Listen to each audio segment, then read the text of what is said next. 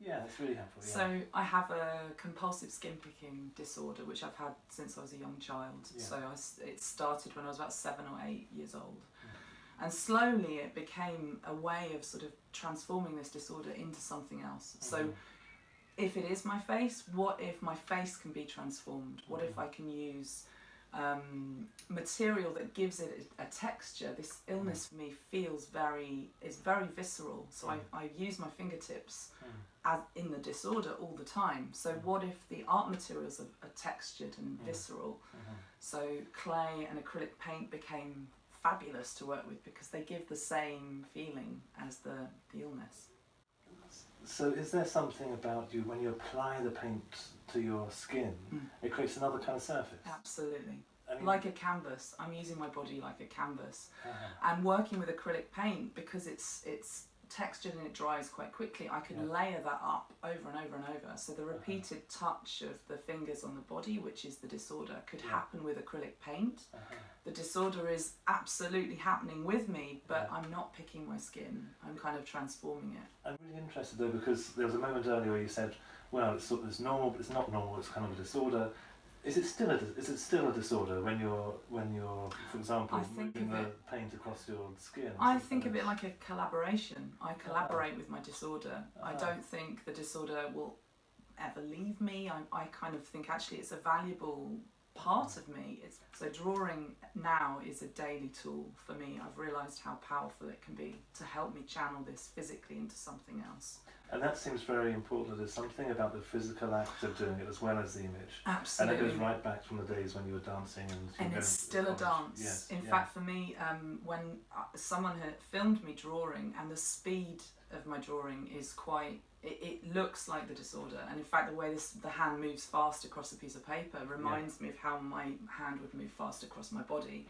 The physical act of making and texture that's in these artworks is the same. It's the relationship of the disorder shifting out into something visual. Yeah, that's interesting, because I mean in art therapy it's often thought about in terms of how we bring these kinds of activities or expressions rather than into the body, you do it outwards into the image or into the clay or into the performance.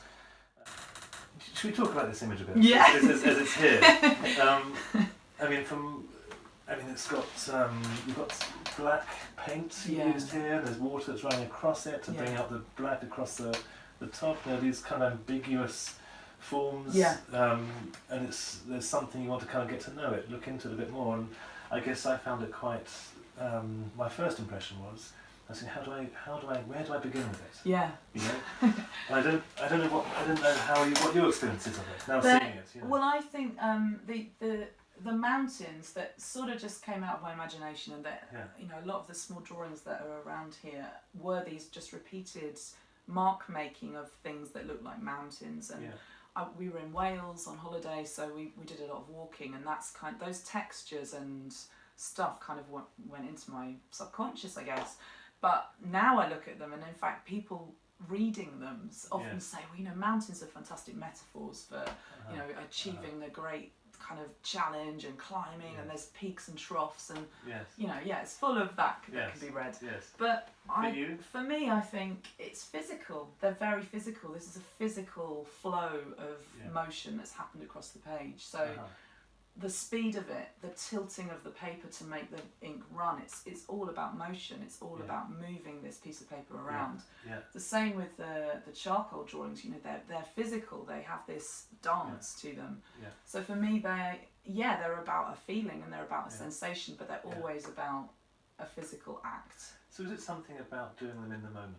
Yes. Because you're saying something about you're grappling with something, you're moving it around, you're engaging bodily with it.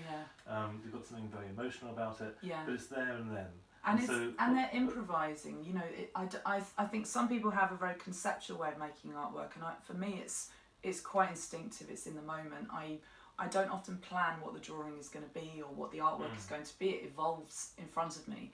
We were talking a bit about the concept of mentalising earlier, and when you were talking about this, I was thinking about one of the things some therapists sometimes say is about how do we begin to see ourselves from the outside and the other from the inside. And I think when you're talking about exhibiting your work and when you're talking about expression, there's these different forms of expression. Yeah. There's something about beginning to see yourself from the outside. And I think when we were speaking about that, these sensations for me, the skin picking has been such an internal thing. I would feel it in my body. I'd feel it on my skin. I'd feel the clawing in my fingers. Yeah. So, how do I change that from something that is an internal thing into something visual? Yeah. And I'm having that conversation every day. Yeah. So, and in fact there's an amazing photograph a friend took of my fingers drawing, and my fingers are in this clawed position to hold the charcoal. Yeah. But that position is how I would pick my body. Yeah. So if my fingers are in the same position and yet they're doing something else, my mind is engaged, my imagination is creating something, my body is physically doing something, but it's away from my skin. Yeah. That feels like a very strong and useful. Okay. Thank you so much, Liz. You're welcome. It's lovely to talk to you. Thank you. Dominic. All right.